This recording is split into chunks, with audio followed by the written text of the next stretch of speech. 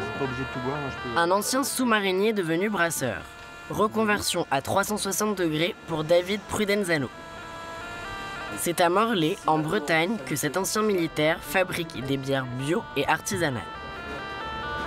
Sa microbrasserie, Blaisydou, a ouvert ses portes le 18 avril.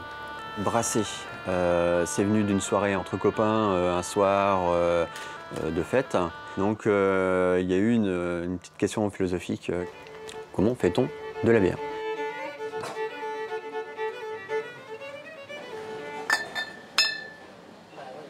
On est en dernière phase de la préparation de la bière, c'est-à-dire qu'on est dans la phase houblonnage.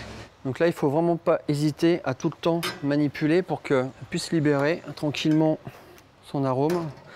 On peut calculer l'amertume, la couleur, la taille des bulles, on peut calculer sa densité. Maintenant, ce qu'on ne peut pas savoir, c'est le côté cuisine, le mariage entre le malt et le houblon.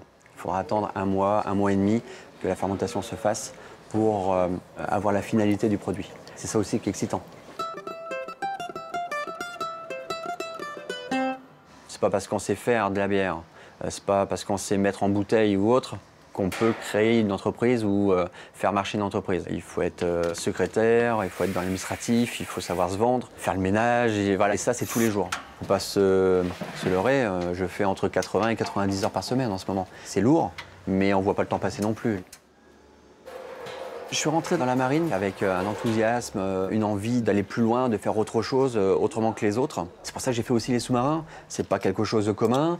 Maintenant, ouvrir une entreprise, c'est pareil. Toujours cette aventure de savoir, je peux le faire, j'ai les épaules ou pas, avoir ce petit côté d'adrénaline. Donc en fin de compte, c'est une continuité et pas un changement de vie, c'est une continuité, on va dire.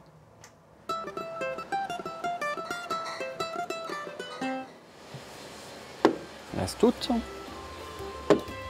Voir ma première bière dans un bar, ça c'était une bonne émotion de voir son produit dans un autre milieu que dans la brasserie. Là, on s'aperçoit que ça y est, ça a pris de l'ampleur. Et le regard des gens qui ne me connaissent pas, qui ont mon produit entre les mains et qui le boivent en disant « Ah, elle est bonne ».